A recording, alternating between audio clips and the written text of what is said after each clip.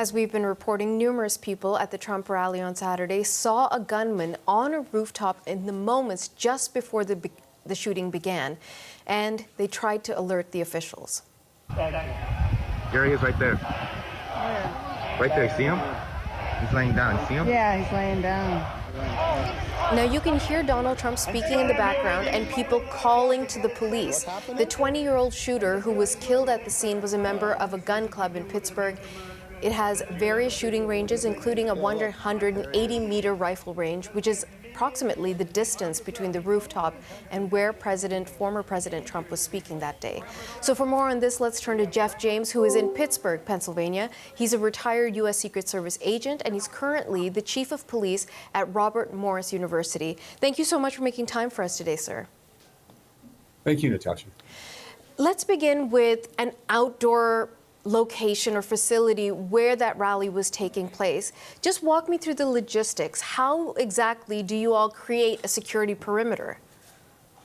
Well, outdoor events are just incredibly tough. When you're at an indoor, even a giant arena, you're limited by the confines of the walls. These outdoor events are just so difficult because you have to decide at some point where your perimeter stops, but that doesn't mean a threat can't come from beyond that. We know that high-powered rifles are good out to hundreds of yards, and someone could even get thousands of yards away and lob mortars, and you really have no mitigation for that at all. So did they do everything right in this case, in your estimation? Well, look, anytime there's a failure, you say that something wasn't done right, and we consider this a failure. Certainly, President Trump wasn't killed, but the fact that someone under Secret Service protection was even hurt is a failure. I think what we're going to need to figure out is when the Secret Service goes and creates their security package, we always work with local and state law enforcement officials because, frankly, we're just too small of an agency to do it on our own. Even though the road closures that need to happen for the president's motorcade would overwhelm the Secret Service's manpower. So we always work with our law enforcement partners. What we need to figure out is the law enforcement partners that were on that outer perimeter, which is typical, were they ever told, were they given strong briefings, were they given specific directions? Was anybody told, hey, this roof is a concern for us. Can you please make sure you keep an eye on it? Or any access to that roof, was it posted and was someone told, hey, stay right here, make sure nobody accesses this roof because this is a point of concern for us. I think if that wasn't done, that's a failure on the site agent who was in charge of that site for the Secret Service. If it was done and we find out that someone walked off post or was just not paying attention and the shooter was able to get up there, then that would be on that person. But the Secret Service is absolutely responsible for that entire package. I want to dig a little bit deeper into this idea of the manpower. And you don't have limitless resources. None of us do for any of the work that we do. So this dependence on coordinating with local authorities, U.S. Secret Service has very specific skills and talents and responsibilities. Would a normal police officer be at the same level? Would they understand how is the communication always good between the two different parties? Well, I'm going to answer that in two parts. The first part I'm going to say is, there are some great local agencies out there. Every county SWAT team in Pennsylvania is outstanding. They're absolutely people you can depend on. But I think you'll see that what the Secret Service does is tries to limit the number of those agency members who are in the middle and inner perimeter. We like to use those folks for outer perimeter, so they're not always necessarily at a decision-making post or a decision-making point. And we like to keep our people just right around the protectee in the inner, very tight circle. The second part I'll say, and it's a word you used that's incredibly important, is communication. One of the ways we make sure we can all communicate together is we create a command post for every visit that's done, and then at each site there's a security room. And in that security room is a representative from every agency. So at this event, you would have seen Butler County Sheriffs, Butler County Police, Pennsylvania State Police, Butler City Police. They all would have had a representative in the security room along with a Secret Service representative. So if one of them would call out on their radio, hey, I see a man with a gun, or hey, I need help, or hey, I have a guy, there's someone having a heart attack, whatever it is, everyone in there hears it, and they can immediately put it out on their frequency so all of their people hear it. It does cause that little bit of a delay than being able to talk directly to someone. But very frankly, with the number of people, of law enforcement officers who are needed at all these sites, trying to get everyone onto one frequency would be unmanageable, and the talk over would be prohibitive as well. And beyond what we witnessed on Saturday, just because not only does your communication have to be good with the local authorities, I imagine that a candidate or a politician and the party that you're working with would have different goals and different items on their agenda than you all would. How does that communication work? Is there a situation where someone could have told the president, no, it's not safe, don't go up there today, or is the candidate in charge? Like, what's the chain of command is what I'm asking. So if there would have been credible intelligence that, we found information that someone is going to make an assassination attempt at this outdoor event today, we would have the ability to say, sir, you know what, we're not chancing it. The event's canceled. Absent of something like that, it's going to be very hard to make a candidate or a sitting president or vice president not attend a pre-announced event because we just don't like the looks of it. That's where the Secret Service's job comes in, to make it as safe as possible. But if there were a credible threat, that's the point where we maybe find an indoor venue, or we just cancel the event. And Jeff, just before I let you go, I know it's early. There's going to be reviews and investigations and all kinds of talk around what happened on Saturday. But just based on your expertise and what information has been made available and the visuals that have been made available, what stands out to you about how the Secret Service operated on Saturday?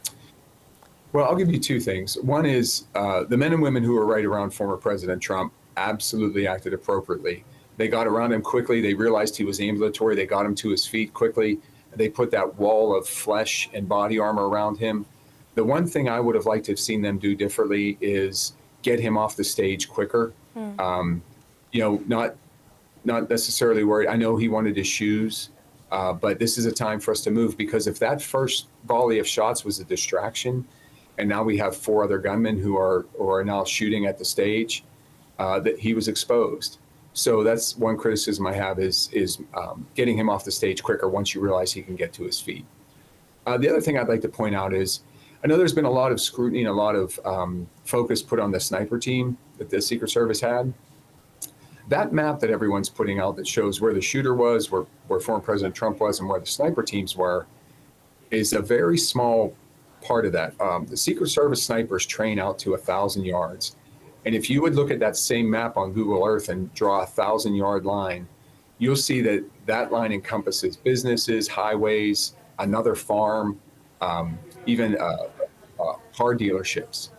So I think when people say it looks like they're looking right at the shooter, why didn't they shoot him?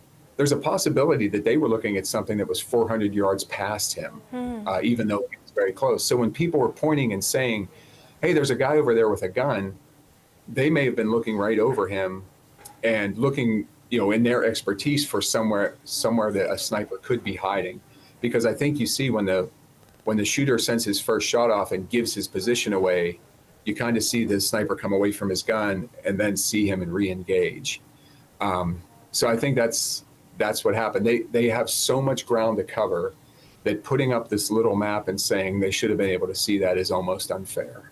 Okay, really good analysis. Really helps put things into perspective. Jeff James, thank you for your time, sir. Thank you. U.S. President Joe Biden is trying to calm tensions in America after Saturday's shooting at the Trump rally in Pennsylvania. In an address from the Oval Office last night, Biden condemned the attack, saying the political arena should never become a killing field. There's no place in America for this kind of violence, for any violence ever. Period. No exceptions. We can't allow this violence to be normalized. The political record in this country has gotten very heated. It's time to cool it down. Biden has ordered an independent review of the security at the rally. Several witness accounts say that people at the rally were alerting officers that there's a shooter on a roof. And in this video, you can hear people yelling, "He's on the roof." Congressional leaders are demanding answers from the Secret Service. So let's dig a little bit deeper into that part of the story. Let's turn now to Lynda Williams, who's in Nashville. She's a former Deputy Assistant Director of the U.S. Secret Service, and she's a member of Homeland Security's Advisory Council. Lynda, thank you so much for making time for us. Good morning, and thank you for having me. Lynda, the Secret Service, a lot of questions being thrown their way, a lot of criticisms being thrown their way today. What kind of conversations do you think are happening at the Secret Service offices? First of all, I just want to commend the men and women of the Secret Service. It's something that we do daily, and I say we, although I'm retired, and we take a lot of pride and take great strides to make sure it's a successful and safe event. So I'm sure they're questioning and second-guessing, reviewing, and backstepping to see where that lapse in security occurred. What's your sense, based on what we've seen so far, the video footage, what analysts are saying? Let's say you're at the Secret Service. What's the kind of conversation you're having with your colleagues today about Saturday's event?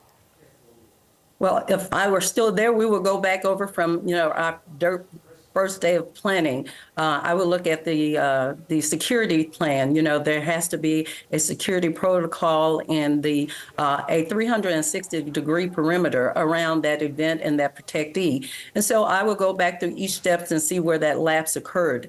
The Secret Service works in tandem with the local law enforcement authorities in whatever respective venue that they're in, as well with the military. So it's a collective effort from everyone, although the Secret Service is in charge of that venue. So we will go back and backstep and see where we failed or where the lapse in security occurred.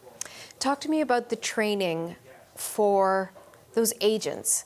I mean, you get the training, but then you're in that moment where a presidential nominee is hit in the head by a bullet. I mean, I can't imagine. How do you train for a moment like that? So the Secret Service aggressively trained continuously, and those men and women that are assigned to protective details, they have additional training regularly. And we train to be proactive, to of course, to be in front of what the potential threat might have been. And so, I'm sure that they're shaken. I'm sure that they're second guessing themselves, but we are trained to respond. And fortunate in my careers, we've done evacuations, but I never had a protectee to be, attacked. And so all that training comes into play when something like that happens. But you can best believe there was a ton of adrenaline pumping to get, our protectee back to safety and secure that venue and get him out of there. Now that the Republican Party is having their convention, the Democrats will have theirs in a few weeks, and we're going to have more rallies, more events leading up to the final day of voting in November.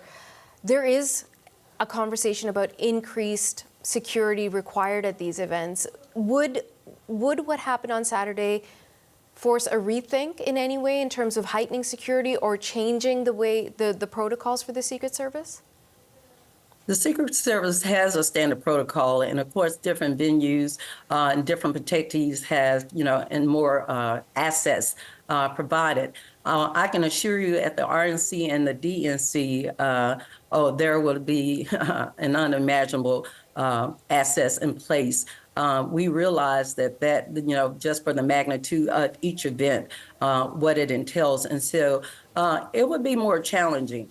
The element of surprise, unfortunately, is still there.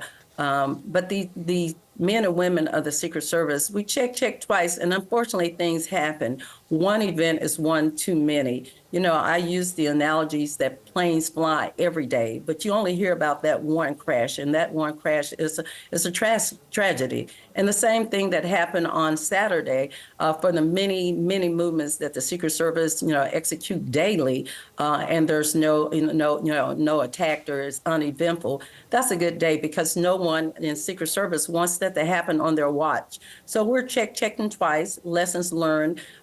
We're grateful that today we can talk about it and that we have a protected protectee that is still alive, that we can learn from this mistake and go forward. But again, there will be a lot of reviews. This still is an active investigation.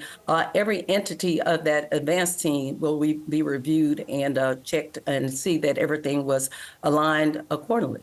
Lynda, before I let you go, I really appreciate the time and the clarity you're giving to this conversation, because everyone's an expert the day after.